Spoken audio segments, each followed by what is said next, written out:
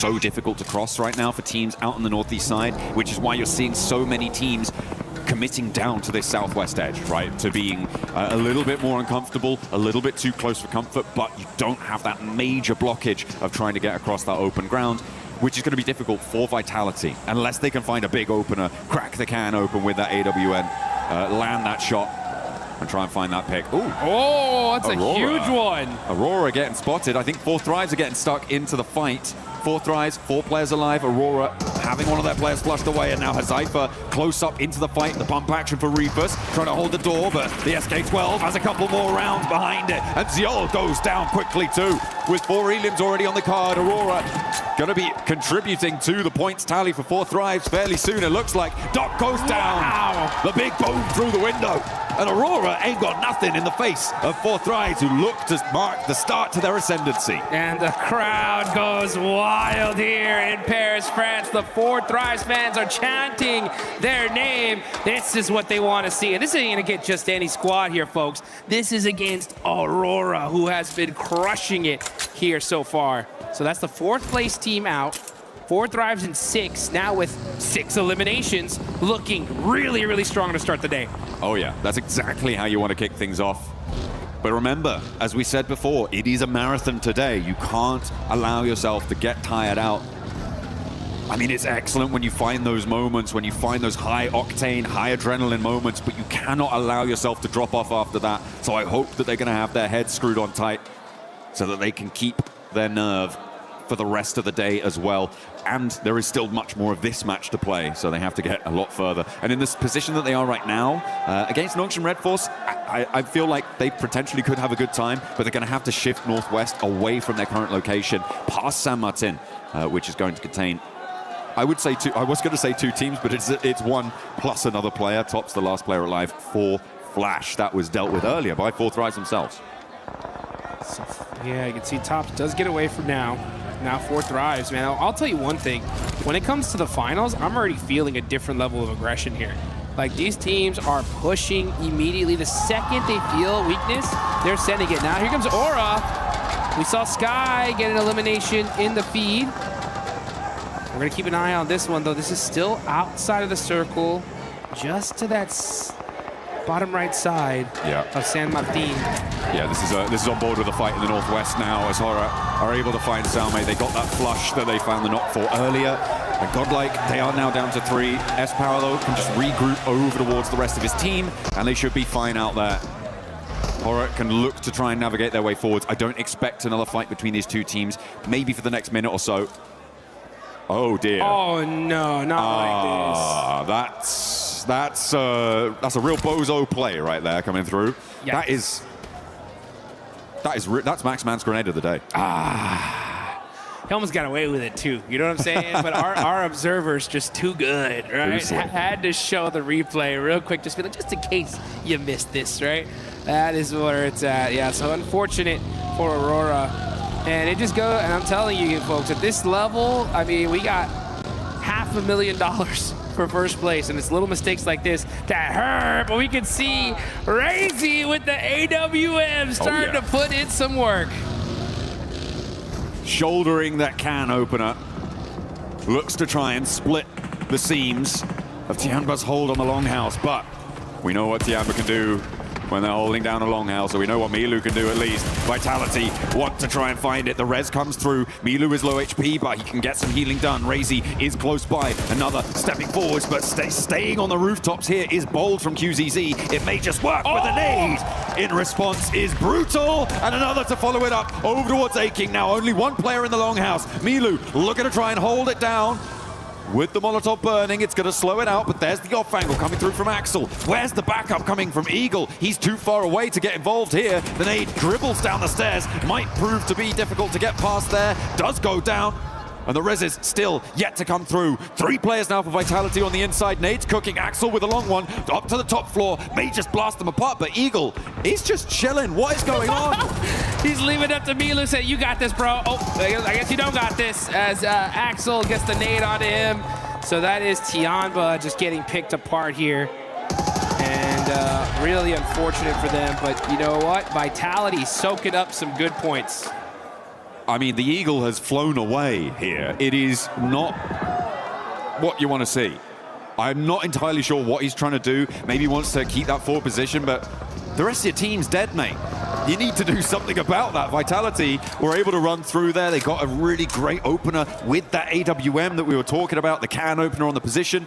And he was able to keep that momentum rolling with some big nades up to the top of the roof and a couple more positions beside. Amino looking to stop the run out from Vitality, and they will have to run out with the circle shifting central. Oh, Amino's got this on lock. Yeah, I mean, we're gonna have to see a crazy shot here from Vitality to help this team out. I know that there is an AWM somewhere around there.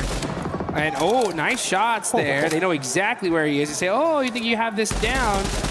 Oh, that headshot though said, okay, how about you like some of that? So, oh, that looks like it is Eagle going down. Oh, there's the AWM. Brazy's got it. Said, pick me. I dare you. I dare you to go over that rock. I told you!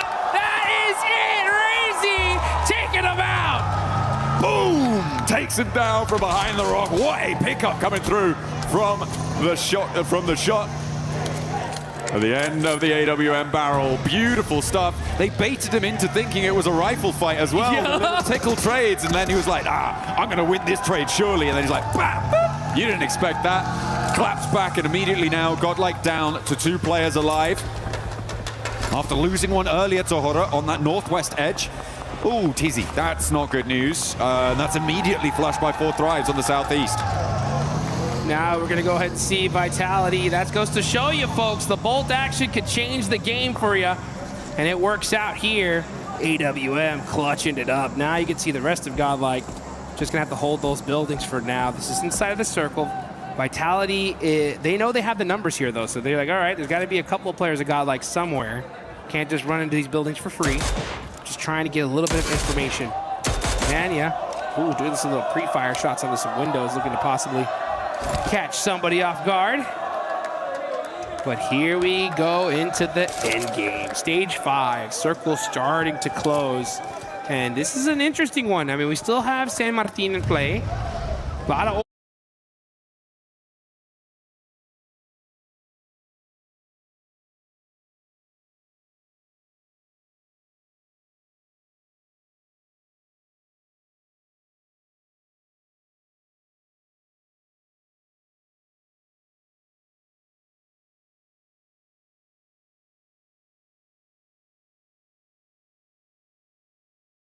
open field though as well.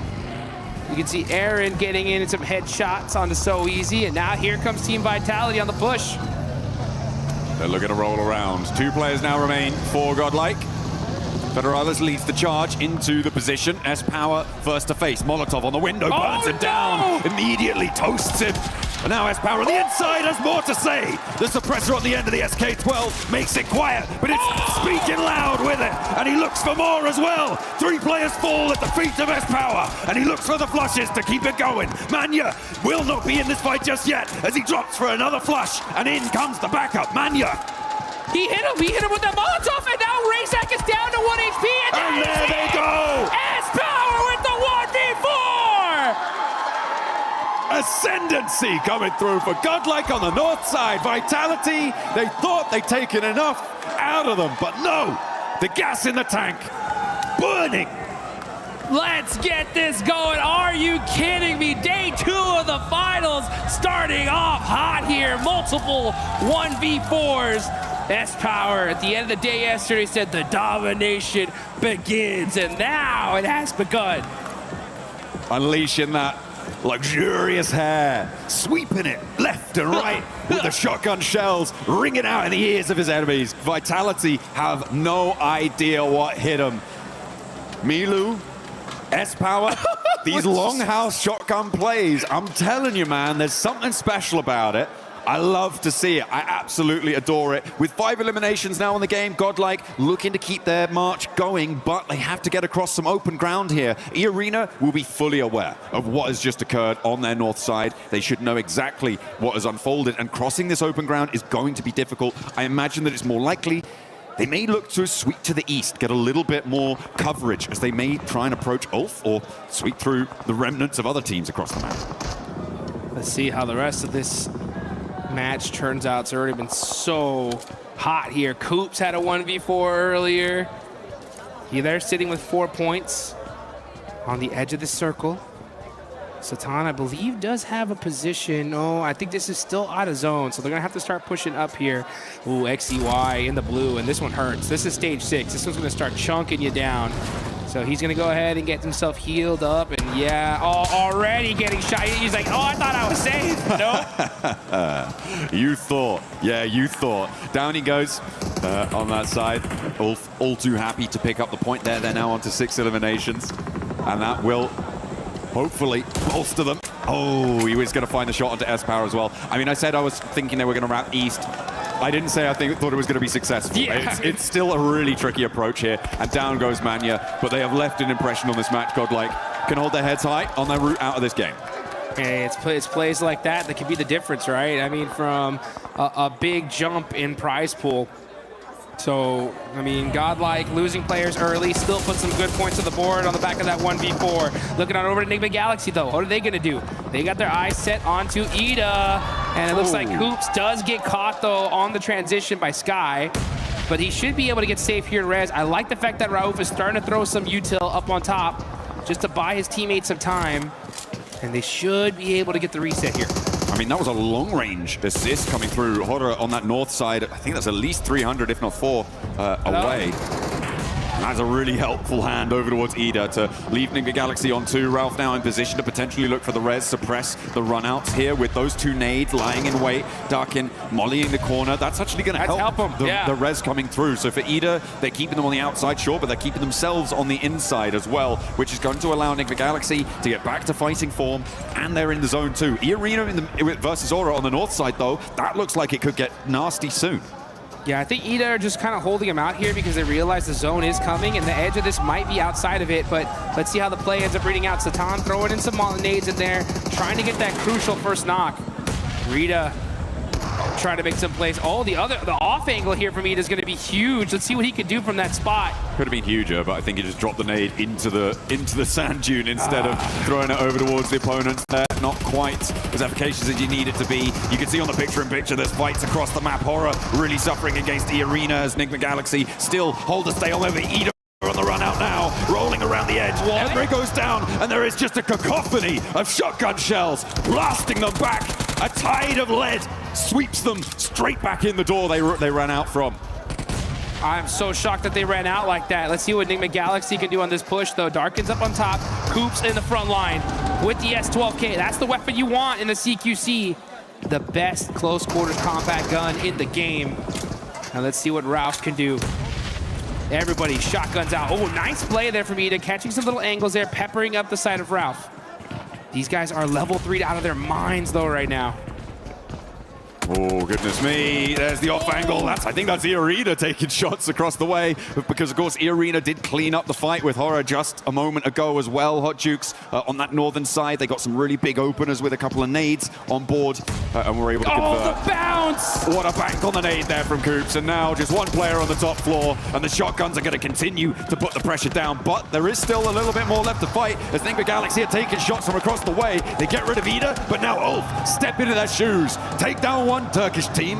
Another one's here to play. Hello, Catch is right there waiting for you. Aaron's gonna have to turn around though, throw a smoke down, trying to be able to get up Soulless.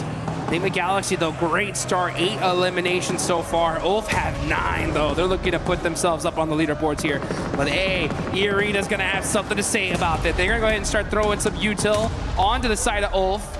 Ulf are gonna have to decide where is the biggest threat here, and it's gotta be E-Arena. Scarface, thinking about trying to pick up his teammate, but E-Arena's right there.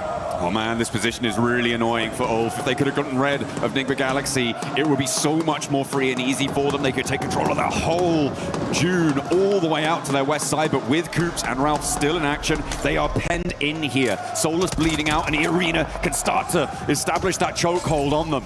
Oh, vehicle coming on up. Here come the mollies too. Aaron's on fire. Not able to make it happen here. Scarface on the other side is getting... The only player in the world with that opportunity. Oh, here come E-Arena. They're going to go on the push, where they're going to get aggressive. They take down Coops. It's just Rauf, and that is it. E-Arena get the first chicken dinner here today. They're hyped up. They're excited. And they were on top of the leaderboards here, so that's going to push them even further beyond. and they played that north side well. They rotated through, they weren't over-aggressive. I liked that regroup off the 2-2 because, as you said, if you get one of those miracle picks, all of a sudden, one of those angles is basically gone because you have to stick that res, you have to try and keep your numbers advantage, then there's some negotiation that can happen. Regroup is 4, there's nothing that Nick McGalaxy can do. The flex out, I think, was probably okay, but was pretty bold, and I liked it. I liked it towards the end there. For E-Arena, they should be happy to kick things off today with a chicken dinner, but we've seen them do that before. We've seen them do that before in record-breaking fashion. I do not want a repeat of what happened for the rest of that day. They did not keep that pace, and it is, again, that marathon today. So for E-Arena, a brilliant start to push them even further at the top of the tables, and free and clear of a lot of players keeping up to them right now. For the time being, of course, with a lot more matches to play, there's still the capacity to close that gap, but yeah, very, very happy with that opener. It felt controlled as well, in a way that I think that the big rondo that they had didn't quite feel like it was as much their agency, even though they were proactive and they were doing things. This felt like it was much more E-Arena's victory. Yeah, I mean, the Thai squad coming in so hot here off the rip. They're looking strong. And let's see if they can continue that dominance here in a bit.